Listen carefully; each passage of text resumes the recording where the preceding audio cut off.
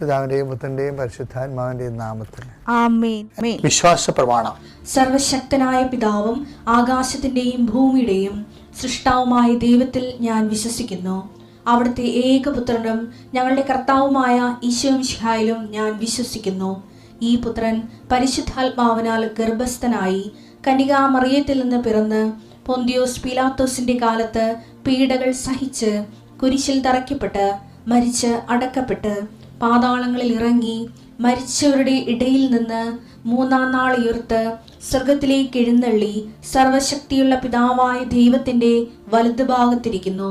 അവിടെ നിന്ന് ജീവിക്കുന്നവരെയും മരിച്ചവരെയും വിധിക്കുവാൻ വരുമെന്നും ഞാൻ വിശ്വസിക്കുന്നു. പരിശുദ്ധാത്മാവിലും ഞാൻ വിശ്വസിക്കുന്നു.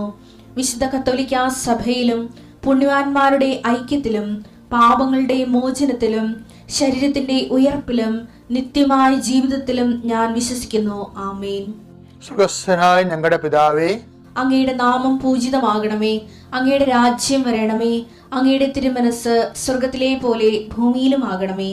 അന്നു വേണ്ടുന്ന ആഹാരം ഇന്ന് ഞങ്ങൾക്ക് തരണമേ. ഞങ്ങളോട് തെറ്റ് ചെയ്യുന്നവരോട് ഞങ്ങൾ ക്ഷമിക്കുന്നത് പോലെ ഞങ്ങളുടെ തെറ്റുകൾ ഞങ്ങളോടും ക്ഷമിക്കണമേ. ഞങ്ങളെ പ്രലോഭനത്തിൽ ഉൾപ്പെടുത്തരുതേ, തിന്മയിൽ ഞങ്ങൾ രക്ഷിക്കണമേ. ആമേൻ. നന്മ തെളിഞ്ഞു മറിയമേ, സ്വസ്തി. കർത്താവ് അങ്ങയുടെ കൂടെ സ്ത്രീകളിൽ അങ്ങ് അനുഗ്രഹിക്കപ്പെട്ടവളാകുന്നു.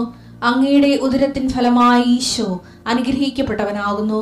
പരിശുദ്ധ മറിയമേ, തമ്പുരാന്റെ അമ്മേ, പാപികളായ ഞങ്ങൾക്ക് വേണ്ടി ഇപ്പോഴും ഞങ്ങളുടെ മരണസമയത്തും തമ്പുരാനോട് അപേക്ഷിക്കണമേ. ആമേൻ. കർത്താവേ, നിന്റെ ഉന്നതമായ നാമത്തിന് സ്തോത്രം ചെയ്യുന്നു. കർത്താവേ, നിന്റെ വിശുദ്ധ പൗരോഹിത്യത്തെ മഹത്വപ്പെടുത്തണമേ. കർത്താവേ, സഭയിലുള്ള സാന്നിധ്യം പ്രകടമാക്കണമേ. 40 വർഷം ഞാൻ അർപ്പിച്ച കൃപാനയുടെ യോഗ്യതയാണ്. കൃപാസ്ഥാനത്താറെ ജീവനോടെ പ്രത്യക്ഷപ്പെട്ട പരിശുദ്ധ അമ്മയുടെയും മാധ്യസ്ഥത്തിൽ ഈ പ്രാർത്ഥന പ്രതീക്ഷിച്ചുകൊണ്ട് ലോകം മുഴുവനും വിവിധ സ്ഥലങ്ങളിൽ ജാഗ്രതയോടെ ഇരിക്കുന്ന ഓരോ മകൻ്റെ മേലും മകളുടെ മേലും കർത്താവേ, നിന്റെ തിരുമുറുവാർന്ന വലതുകരം ആണിപ്പെടുതാന്ന അത്ഭുതകരം വെക്കണമെന്ന് പ്രാർത്ഥിക്കുന്നു.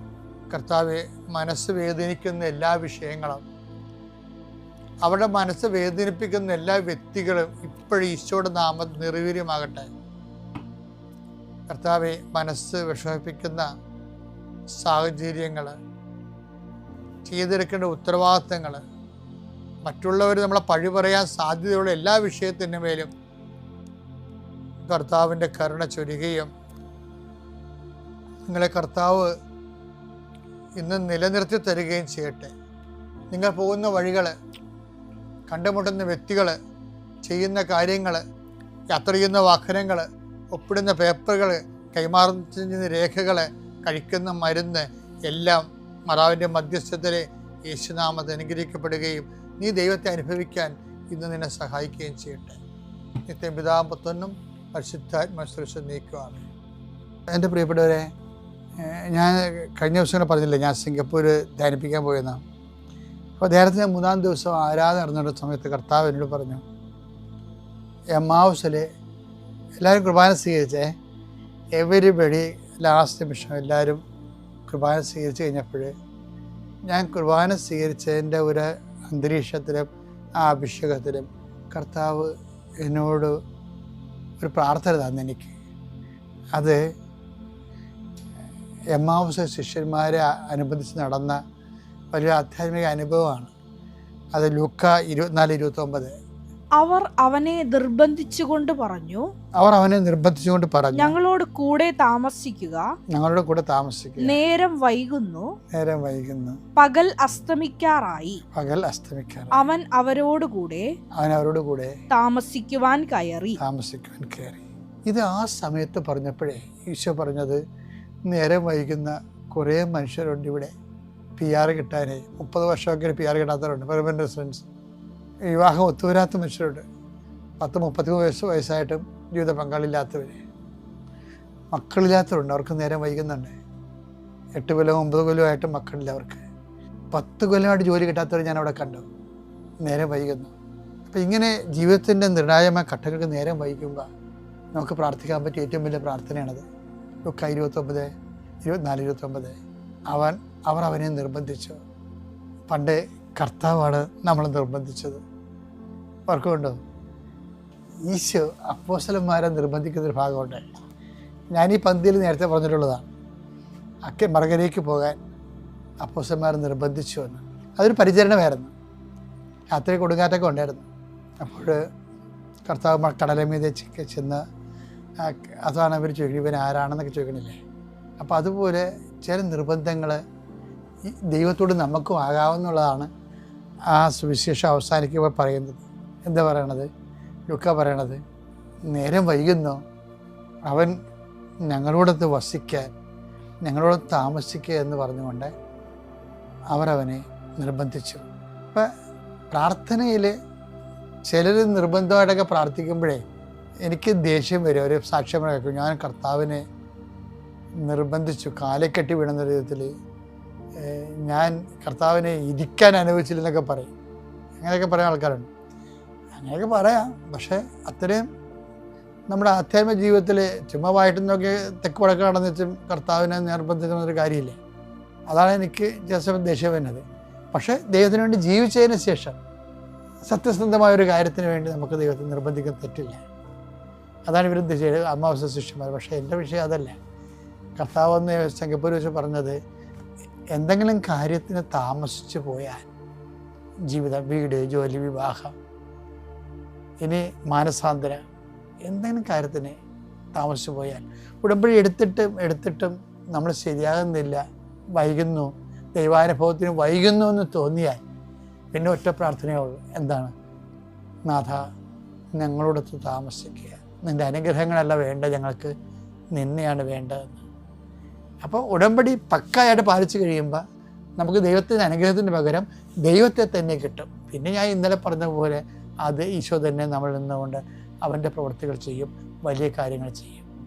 വൈകുമ്പോൾ പ്രാർത്ഥിക്കേണ്ടത് അനുഗ്രഹിക്കണമെന്നല്ല, മറിച്ച് ഞങ്ങളുടെ കൂടെ താമസിക്കണമെന്നാണ്. ജീവനോടെ പ്രത്യക്ഷപ്പെട്ട ഈ അൽത്താരയിൽ വന്ന് സാക്ഷ്യം പറയുവാൻ എന്നെ അനുഗ്രഹിച്ച അമ്മ മാതാവിനും ഈശോയ്ക്കും 1000 നന്ദി പറയുകയാണ്.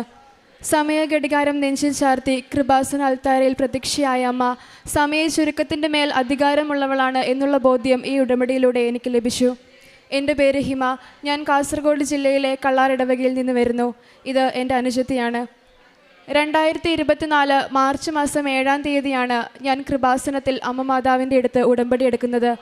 അതിനു മുൻപ് ഞാൻ കൃപാസനത്തിൽ വന്നിട്ടുണ്ട്, അമ്മ മാതാവിനെക്കുറിച്ച് കേട്ടിട്ടുണ്ട്, എങ്കിലും ഉടമ്പടി എടുത്തിരുന്നില്ല. 2024 എൻ്റെ നഴ്സിംഗ് പഠനത്തിന് ശേഷം വിദേശത്ത് പോകണമെന്ന ആഗ്രഹത്തോടെ ഞാനും എൻ്റെ OET എക്സാംസിനായി പ്രിപ്പയർ ചെയ്തു.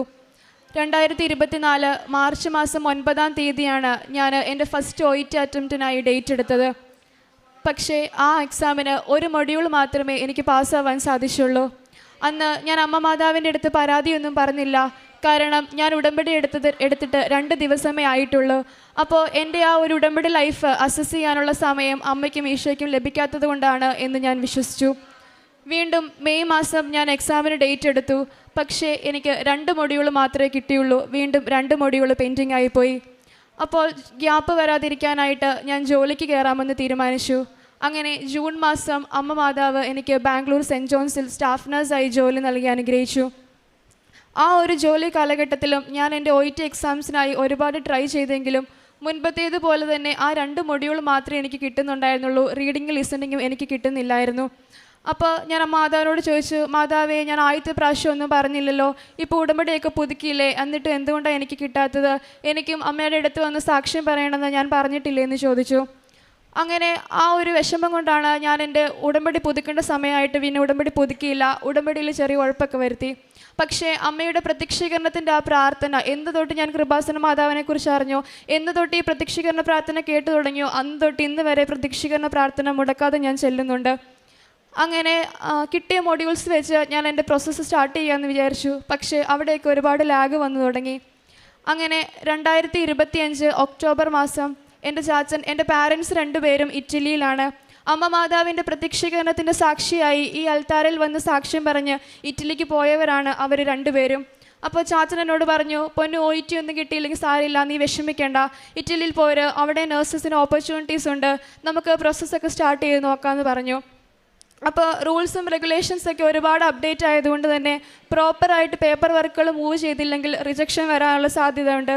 അപ്പം ഞാൻ മാതാവിനോട് പ്രാർത്ഥിച്ചു, മാതാവേ, ഞങ്ങളെ എല്ലാവരെയും ഒന്നിച്ച് നിർത്താനാണ് നീ ആഗ്രഹിക്കുന്നതെങ്കിൽ ഈ ഒരു പ്രോസസ്സിൽ ഉടനീളം അമ്മ മാതാവ് എൻ്റെ കൂടെ ഉണ്ടായിരിക്കണമെന്ന് ഞാൻ പ്രാർത്ഥിച്ചു.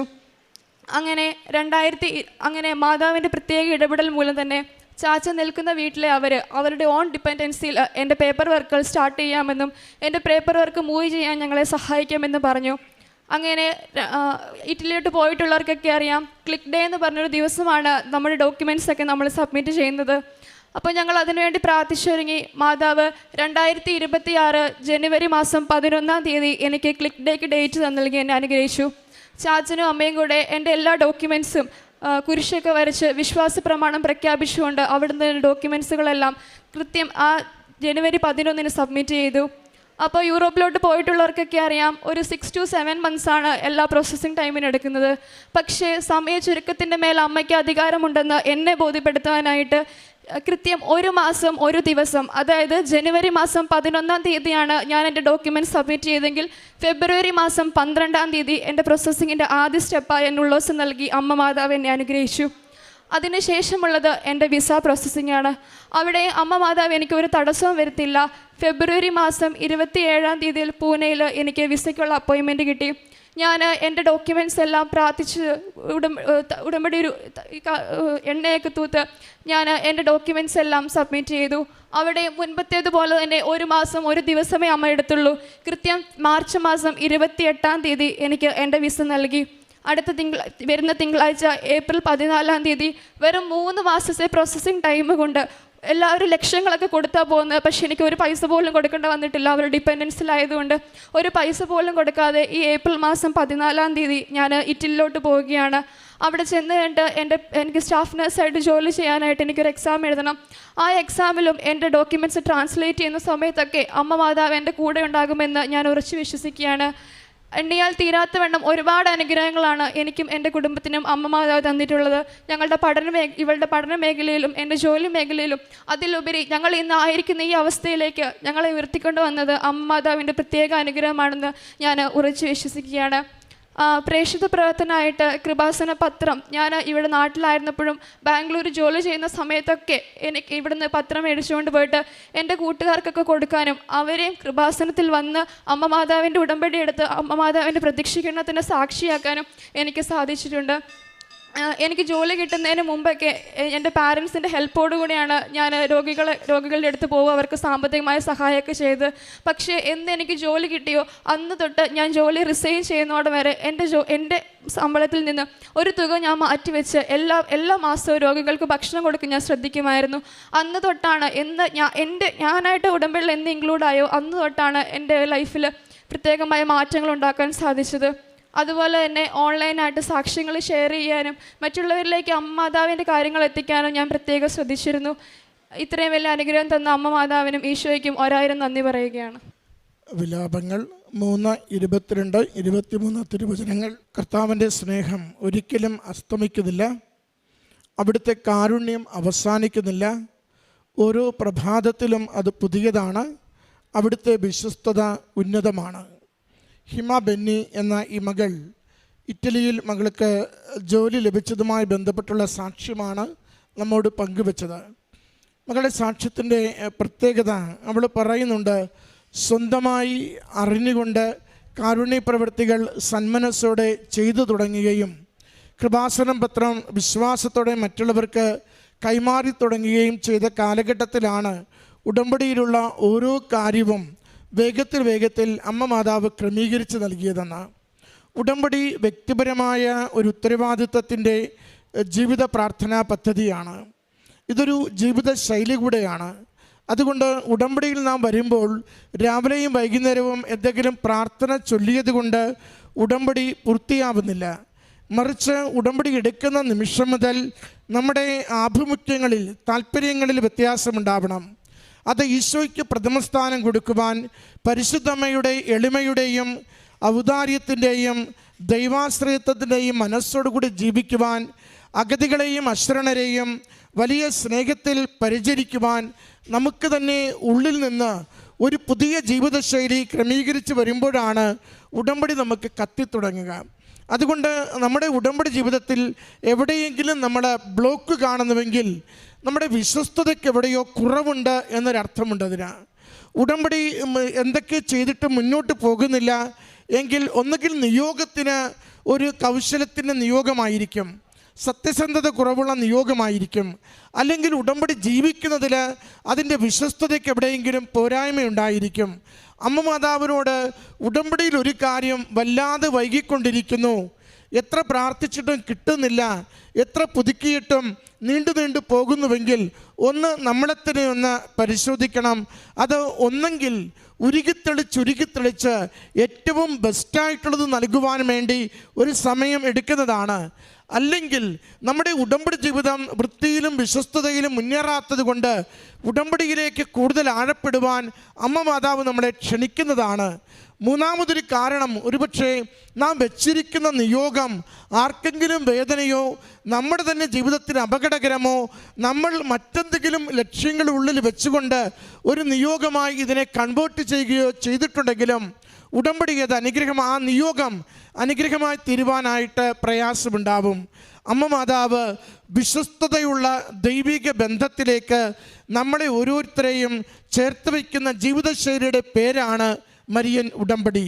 അമ്മയോട് ചേർന്നാണ് ജീവിതമെങ്കിൽ, അമ്മ ആഗ്രഹിക്കുന്നത് പോലെയാണ് ചിന്തിക്കുന്നതെങ്കിൽ, അമ്മ ആഗ്രഹിക്കുന്ന പെരുമാറ്റങ്ങളാണ് പ്രാർത്ഥനയിലൂടെയും ഉടമ്പടി ജീവിതത്തിലൂടെയും നമ്മൾ പ്രദർശിപ്പിക്കുന്നതെങ്കിൽ ഉടമ്പടിയുടെ നിയോഗങ്ങൾ അത് അനുഗ്രഹമായി തീരുവാൻ വലിയ താമസമില്ല. മകൾ പറയുന്നുണ്ട്, 6-7 മാസം കൊണ്ട് നടക്കേണ്ടത് 1 മാസം 1 ദിവസം കൊണ്ട് എനിക്ക് അനുവദിച്ചു തന്ന സമയച്ചുരുക്കത്തിൻ്റെ അമ്മയാണെന്ന് ഓർമ്മിപ്പിച്ചുകൊണ്ടാണ് അമ്മ എൻ്റെ വിഷയത്തിൽ ഇടപെട്ടുകൊണ്ടിരുന്നത്. അതുകൊണ്ട് അമ്മയ്ക്ക് ഒരു അല്പസമയം മതി ജീവിതത്തെ ഏറ്റെടുക്കുവാൻ, ഈശോയ്ക്കൊരു നിമിഷം മതി ജീവിതത്തിൻ്റെ ഗതിവിഗതികളെ നിർണ്ണയിക്കുവാൻ. നമ്മൾ എത്ര കണ്ട് അമ്മയിൽ ആശ്രയിച്ച് ഈശോയോടുള്ള വിശ്വസ്തതയിൽ ജീവിതം കൊടുക്കുവാൻ തയ്യാറാണോ, അത് വലിയ കാര്യങ്ങൾ നമുക്ക് നേടിത്തരുവാൻ വേണ്ടി കാരണമാകും. അമ്മയുടെ കരങ്ങളിൽ എളിമയോടും സ്നേഹത്തോടും ഉടമ്പടി നന്നായി ജീവിക്കാമെന്ന് വാക്കുകൊടുത്തുകൊണ്ട് നിയോഗം സമർപ്പിക്കാം. നമുക്കത് അനുഗ്രഹത്തിന് കാരണമാകും. ഈ മകൾക്ക് ലഭിച്ച എല്ലാ അനുഗ്രഹങ്ങൾക്കും അമ്മ മാതാവിനും തിരുക്കുമാരനും നന്ദി പറഞ്ഞുകൊണ്ട്. എൻ്റെ പേര് ജിസ്ന ഏലിയാസ്. ഞാൻ കൊരട്ടിയിൽ നിന്ന് വരുന്നു, തൃശ്ശൂർ. ഞാനൊരു രജിസ്റ്റേർഡ് നേഴ്സാണ്, BSc നേഴ്സാണ്. ഞാൻ 2023 സെപ്റ്റംബറിൽ എൻ്റെ നേഴ്സിംഗ് പഠനം പൂർത്തീകരിച്ചു. ഞാൻ അതിനുശേഷം IELTS-ന് പോയി. IELTS പാസ്സായി, പക്ഷേ UK പോകാനായിട്ട് സാധിച്ചില്ല. അതിനുശേഷം ഞാൻ ജർമ്മൻ പഠിക്കാനായിട്ട് ചേർന്നു. ജർമ്മൻ B2 ഫുൾ മൊഡ്യൂൾ കിട്ടി, വൈകാണ്ടനെ കിട്ടി. അപ്പോഴൊന്നും എനിക്ക് കൃപാസനത്തിനെ പറ്റി അറിയില്ലായിരുന്നു. അതിനുശേഷം പ്രോസസ്സിങ്ങൊക്കെ തുടങ്ങി. എൻ്റെ അനിയനും ജർമ്മനിയിൽ നേഴ്സിംഗ് ഹൗസ് ബിൽഡിങ് പഠിക്കാനായിട്ട് പോകാൻ നിൽക്കായിരുന്നു. അവൻ്റെയും B2 ഫുൾ മൊഡ്യൂൾ കിട്ടി, പ്രോസസ്സിങ്ങൊക്കെ കഴിഞ്ഞു. അതിനുശേഷം വിസ വരാനായിട്ടൊരു 3 മാസം അനിയന് ലേറ്റായിരുന്നു. അപ്പോൾ അവന് വിസ വരാണ്ടായി കഴിഞ്ഞപ്പോൾ ലാസ്റ്റ് വിസ വന്നു. കോൺട്രാക്റ്റ് കിട്ടിയിരുന്നില്ല, ഒപ്പമുള്ളവരൊക്കെ പോയി, അവന് മാത്രം കോൺട്രാക്റ്റ് കിട്ടിയില്ല. അവനായിരുന്നു അവരുടെ ഇൻ്റർവ്യൂവിലൊക്കെ ഏജൻസിയിൽ നിന്ന് ടോപ്പ്, പക്ഷെ അവന് മാത്രം പോകാൻ സാധിച്ചില്ല. അങ്ങനെ ഒരു ദിവസം എൻ്റെ മമ്മിയും അനിയനും കൂടിയിട്ട് ഇവിടെ വന്ന് കൃപാസനത്തിലെ മാതാവിൻ്റെ അടുത്ത് പ്രാർത്ഥിച്ചു.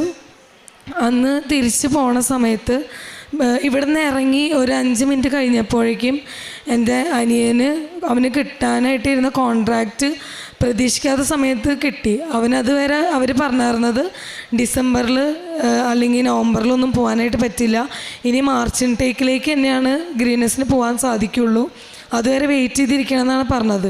ഇവിടെ ഒന്ന് പ്രാർത്ഥിച്ച് കഴിഞ്ഞ് കഴിഞ്ഞപ്പോൾ അവന് അപ്പോൾ തന്നെ കിട്ടി വിസ, കോൺട്രാക്റ്റ് കിട്ടി.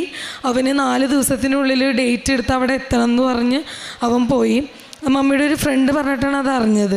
അതിനുശേഷം എനിക്ക് ഒരു ഡോക്യുമെൻറ്റ്, ബഷേഡ് എന്ന് പറഞ്ഞിട്ടുള്ള ഡോക്യുമെൻറ്റ് ഒരു 5-6 മാസമായിട്ട് വന്നിട്ടുണ്ടായിരുന്നില്ല.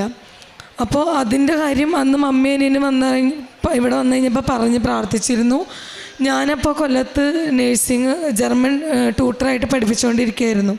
ആ സമയത്ത് എൻ്റെ ഡോക്യുമെൻ്റ് എനിക്ക് വന്നു. അപ്പോൾ തന്നെ ഞാൻ മമ്മീനെ വിളിച്ച് പറയുമ്പോഴാണ് മമ്മി പറയുന്നത് അനിയനും അവൻ്റെ കോൺട്രാക്റ്റ് വന്നെന്നുള്ളത്. 2 അത്ഭുതങ്ങളും ഒരേ ദിവസം ഞങ്ങൾക്ക് മാതാവ് നടത്തി തന്നു.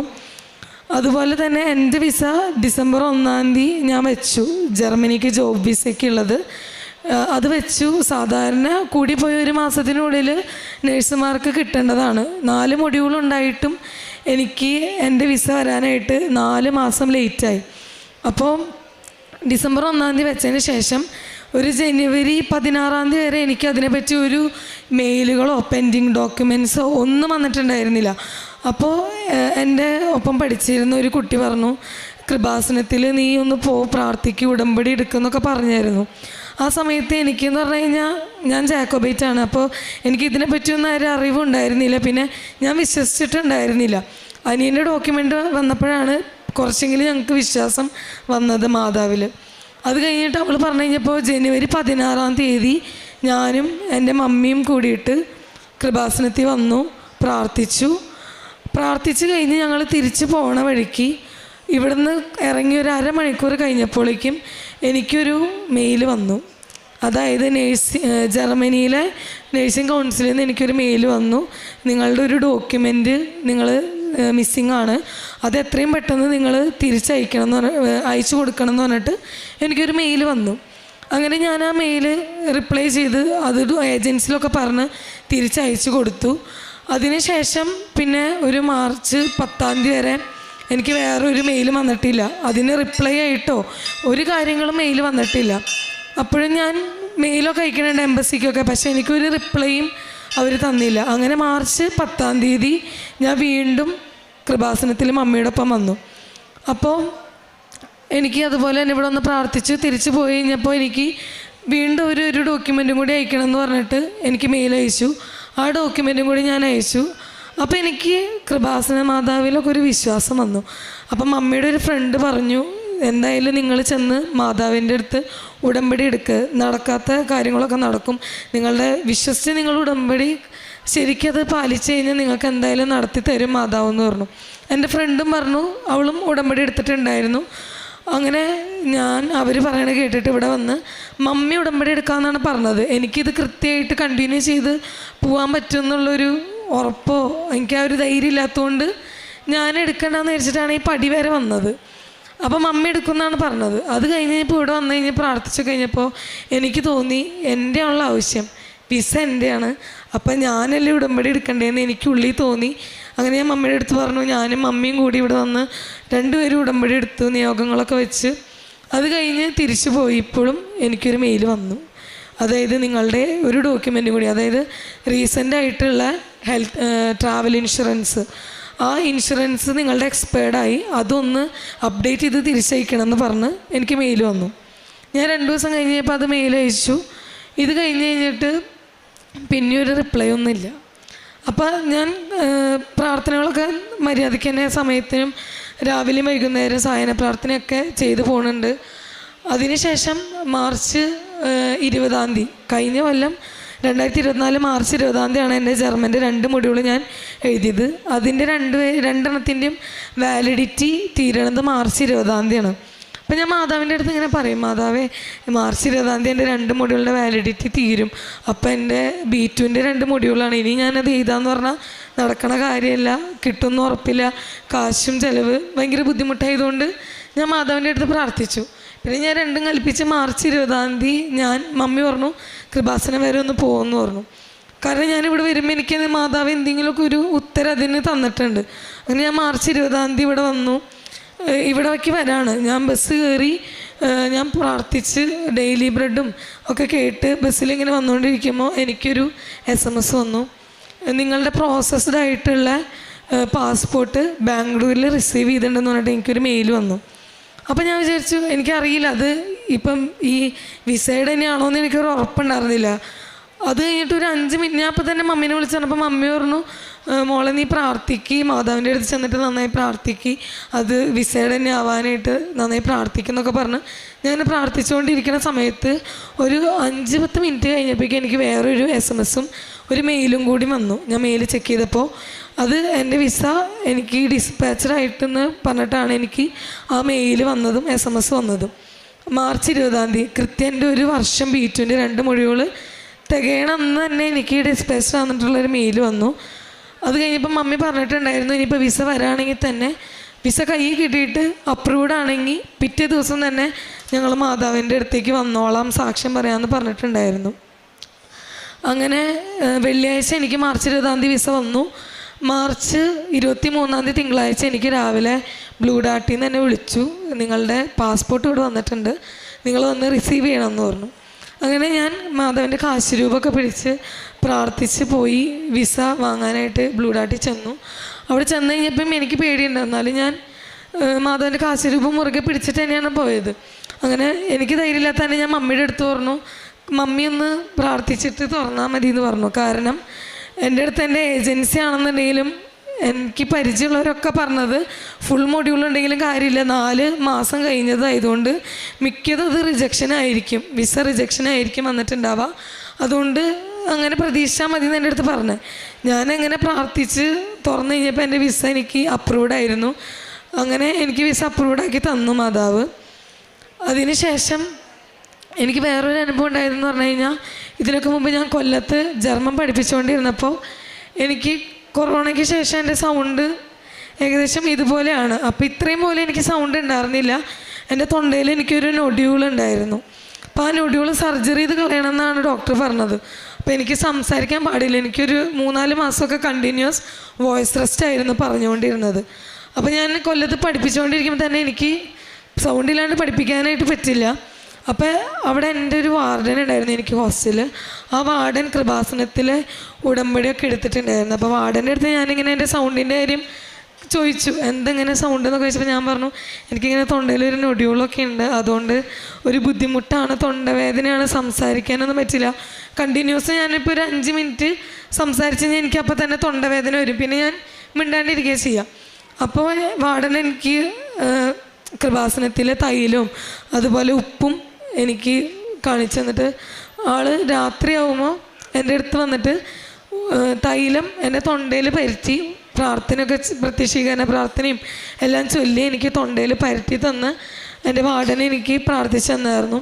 അതുപോലെ തന്നെ ഉപ്പ് വെള്ളത്തിൽ മിക്സ് ചെയ്തിട്ട് എനിക്ക് കുടിക്കാനായിട്ട് തരുമായിരുന്നു. അങ്ങനെ ഒരു 4-5 ദിവസം എൻ്റെ അടുത്ത് പറഞ്ഞു, ജിസിനൊന്ന് അത് ചെയ്തു നോക്ക്, ഞാൻ ചെയ്തു തരാം, നീ വിശ്വസിച്ച് പ്രാർത്ഥിച്ചത് ചെയ്ത് കഴിഞ്ഞാൽ നിനക്ക് എന്തായാലും അതിനുള്ളൊരു മറുപടി ഉണ്ടാവുമെന്ന് എൻ്റെ അടുത്ത് വാർഡൻ പറഞ്ഞായിരുന്നു. അതുപോലെ ഞാനൊരു 3-4 ദിവസങ്ങളിൽ അങ്ങനെ ചെയ്തോടുകൂടി എനിക്ക് എൻ്റെ തൊണ്ടയിലെ വേദനയോ ആ പറയുമ്പോഴുള്ളൊരു ബുദ്ധിമുട്ടൊക്കെ എനിക്ക് മാറ്റി തന്നു. ഇപ്പോഴാണെങ്കിൽ കൂടി എനിക്ക് ഇടയ്ക്കെങ്കിലും വേദന വന്നു കഴിഞ്ഞാൽ ഞാൻ അപ്പം തന്നെ എല്ലാ ദിവസവും വൈകുന്നേരം തൈലെടുത്ത് പ്രാർത്ഥനയുടെ ഒപ്പം തന്നെ തൊണ്ടയിൽ തേക്കും. അതുപോലെ എന്തെങ്കിലും ബുദ്ധിമുട്ട് വരാണെങ്കിൽ ഉപ്പ് എടുത്ത് വെള്ളത്തിൽ മിക്സ് ചെയ്ത് ഞാൻ കുടിക്കുകയാണ് ചെയ്യുക. അങ്ങനെ എനിക്കൊരു ആശ്വാസം കിട്ടും. പ്രത്യക്ഷീകരണ പ്രവർത്തികളെന്ന് പറഞ്ഞു കഴിയുമ്പോൾ ഞാൻ പത്രം കൊടുക്കാറുണ്ട്. പത്രം കൊടുക്കുമ്പോൾ ചിലവരൊക്കെ എടുത്ത് കൊണ്ടുപോകുമ്പോൾ എല്ലാവർക്കും അറിയാവുന്ന പോലെ വേണ്ട എന്നുള്ളൊരു മനോഭാവമാണ്. എന്നാലും ഞാൻ എൻ്റെ അനുഭവം അതുപോലെ എനിക്ക് വീട്ടിലുണ്ടായ അനുഭവങ്ങൾ ഞാൻ പറഞ്ഞ് മാക്സിമം അവരെ അവയർനെസ് അവർക്ക് കൊടുക്കാറുണ്ട്. ഇങ്ങനെയൊക്കെയാണ് എനിക്ക് എൻ്റെ ഒപ്പം പഠിക്കുന്ന പിള്ളേരാണെന്നുണ്ടെങ്കിലും അവരുടെ അടുത്ത് ഞാൻ പറയാറുണ്ട്, നിങ്ങളിപ്പോൾ പരീക്ഷ പാസ്സായില്ലെങ്കിൽ അല്ലെങ്കിൽ വിസയുടെ എന്തെങ്കിലും ബുദ്ധിമുട്ടുണ്ടെങ്കിൽ നിങ്ങൾ ധൈര്യമായിട്ട് കൃപാസനത്തിൽ പോയിക്കോ, ഉടമ്പടി എടുത്തോ, നിങ്ങൾക്കത് സാധിച്ച് കിട്ടും. അതല്ലാന്നുണ്ടെങ്കിൽ നിങ്ങൾ ജസ്റ്റ് അവിടെ പോയാൽ മതി, നിങ്ങളെ വീണ്ടും മാതാവ് അവിടേക്ക് എത്തിക്കുന്നുള്ളത് ഞാൻ അവരോട് പറയാറുണ്ട്. കാരുണ്യപ്രവർത്തികളെന്ന് പറഞ്ഞു കഴിഞ്ഞാൽ ഇപ്പം ഞാൻ പോണ വഴിയിൽ ആരെങ്കിലും ഞാൻ കാണാറുണ്ടെങ്കിൽ അവർക്ക് ഭക്ഷണം ഒന്നില്ലെങ്കിൽ ഞാനും മമ്മിയും കൂടി പോകുമ്പോൾ കയ്യിൽ ഒരു 3-4 പൊതി ചോറ് നമ്മൾ വീട്ടിൽ നിന്ന് ഉണ്ടാക്കിയിട്ട് കയ്യിൽ പിടിക്കും. വഴിയിൽ കാണുന്ന ആൾക്കാർക്ക് അല്ലെങ്കിൽ ആവശ്യക്കാർക്ക് അത് കൊടുക്കും. ഇപ്പം അത് കയ്യിലില്ല എന്നുണ്ടെങ്കിൽ ഞാൻ അവർക്ക് കടയിൽ നിന്ന് എന്തെങ്കിലും വാങ്ങിച്ച് ഞാൻ സ്നാക്സായിട്ട് കയ്യിൽ പിടിച്ച് അവർക്ക് കൊടുക്കും. അല്ലെങ്കിൽ ഞാനിപ്പോൾ കടയിൽ വെച്ച് കാണുകയാണെങ്കിൽ അവർക്ക് അവിടെ നിന്ന് തന്നെ വാങ്ങിച്ച് കൊടുക്കും ചെയ്യാറുണ്ട്.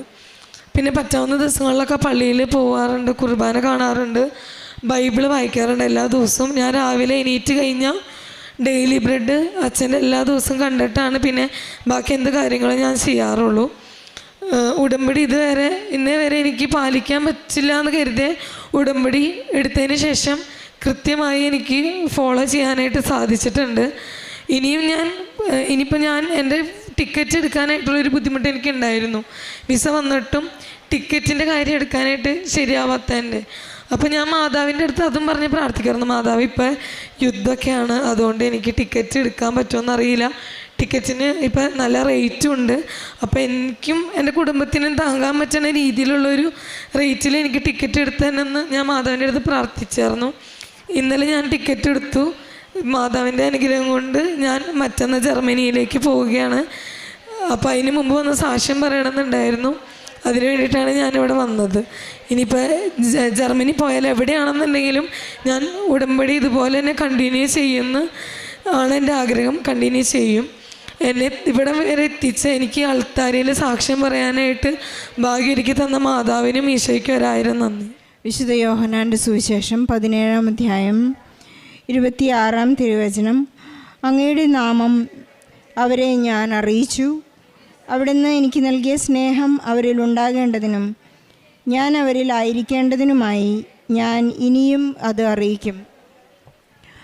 ജിസ്ന എന്ന ഈ സഹോദരിയുടെ പ്രത്യക്ഷീകരണ സാക്ഷ്യമാണ് യൽത്താരയിൽ മകൾ ഏറ്റുപറഞ്ഞത്.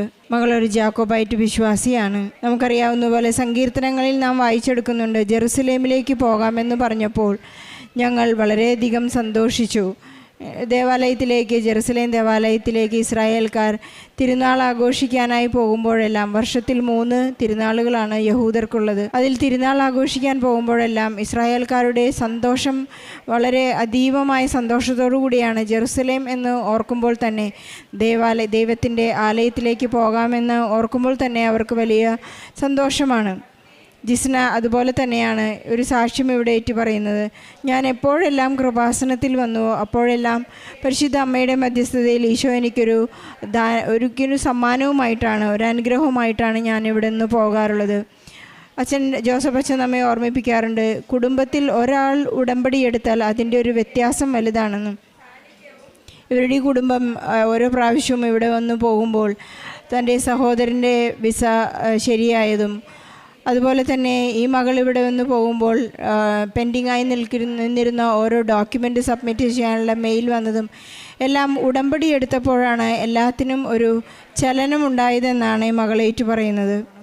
ദൈവത്തിൻ്റെ ഒരു പദ്ധതിയാണത്. നാം ഉടമ്പടിയിൽ ഉറച്ചു നിൽക്കുന്നുണ്ടെങ്കിൽ, ഉടമ്പടി നാം ചെയ്യുന്നുണ്ടെങ്കിൽ ദൈവത്തോടു കൂടി ആയിരിക്കണം. അതിനുവേണ്ടിയാണ് പരിശുദ്ധ അമ്മ നമ്മെ എപ്പോഴും മധ്യസ്ഥം അപേക്ഷിച്ച് ഈശോയിലേക്ക് നമ്മെ അടുപ്പിക്കുന്നത്. ഈശോയുടെ അടുത്തേക്ക് പരിശുദ്ധ അമ്മ തന്നെ നമ്മെ കൈപിടിച്ച് നടത്തുന്ന വലിയ അനുഭവങ്ങളാണ് നാം സാക്ഷ്യത്തിലൂടെ കേട്ടുകൊണ്ടിരിക്കുന്നത്. ഈ മകൾക്കുള്ള ചെറിയ ചെറിയ നീക്കങ്ങളിൽ പോലും ഈ മകൾ ഹോസ്റ്റലിലായിരുന്നപ്പോൾ വാർഡൻ തന്നെ ഈ മകളുടെ സ്വരം ശരിയാകാൻ വേണ്ടി ഉടമ്പടി തൈലം തേച്ച് പ്രാർത്ഥിച്ചിരുന്നു എന്ന് ഈ മകൾ സാക്ഷ്യപ്പെടുത്തുന്നുണ്ടായി. ഇതെല്ലാം ഒരു ആത്മീയ അധികാരമാണ്. ഉടമ്പടി എടുത്ത മക്കൾക്ക് മാത്രമേ ആ അധികാരത്തോടുകൂടി ദൈവം നമുക്ക് നൽകിയിരിക്കുന്ന ഉടമ്പടി നേർച്ച വസ്തുക്കൾ ഉപയോഗിക്കാനുള്ള അധികാരമുള്ളൂ. അത് പ്രവർത്തിക്കുമ്പോൾ, അതിൻ്റെ ആ പ്രയോഗത്തിൽ പ്രാർത്ഥനാപൂർവ്വം ചെയ്യുമ്പോൾ മാത്രമേ അത് ആക്ടിവേറ്റ് ആവുകയുള്ളൂ എന്ന് നമുക്കറിയാം. നാം ഓരോരുത്തരും ഉടമ്പടി ചെയ്യുന്നുള്ളത് നമുക്ക് സ്വകാര്യമായി സ്വാർത്ഥരായി ഇരിക്കാനോ ചിന്തിക്കാനോ വേണ്ടിയല്ല. നമ്മെ കൂടുതൽ ഓപ്പൺ ആകാനും ജനറസ് ആകാനും നമ്മുടെ എല്ലാ പ്രാർത്ഥനകളിലും മറ്റവരുടെ നിയോഗങ്ങൾ കൂടി കൂട്ടിച്ചേർക്കുവാനും എന്നെപ്പോലെ ലോകം മുഴുവൻ വേദന അനുഭവിക്കുന്നവർക്കെല്ലാം വേണ്ടി പ്രാർത്ഥിക്കുവാനും വേണ്ടിയുള്ള ഒരു വലിയ ദൈവവിളി കൂടിയാണ് ഉടമ്പടി എന്ന് നമുക്ക് മനസ്സിലാക്കുകയും ചെയ്യാം. ജിസ്ന വളരെയധികം സന്തോഷത്തോടും ആത്മാർത്ഥതയോടും കൂടി പറഞ്ഞ ഈ സാക്ഷ്യത്തിന് നമ്മുടെ എല്ലാവരുടെയും നിയോഗങ്ങൾ ചേർത്ത് വെച്ചുകൊണ്ട് ജോലി ചെയ്യാൻ ബുദ്ധിമുട്ടുള്ളവരെയും ജോലിക്ക് വേണ്ടി കാത്തിരിക്കുന്നവരെയും വിസ പ്രോസസ്സിങ്ങിലാകാതിരിക്കുന്ന എല്ലാ മക്കളുടെയും നിയോഗങ്ങൾ ചേർത്ത് വെച്ച് ഈശോയ്ക്കും പരിശുദ്ധ അമ്മയ്ക്കും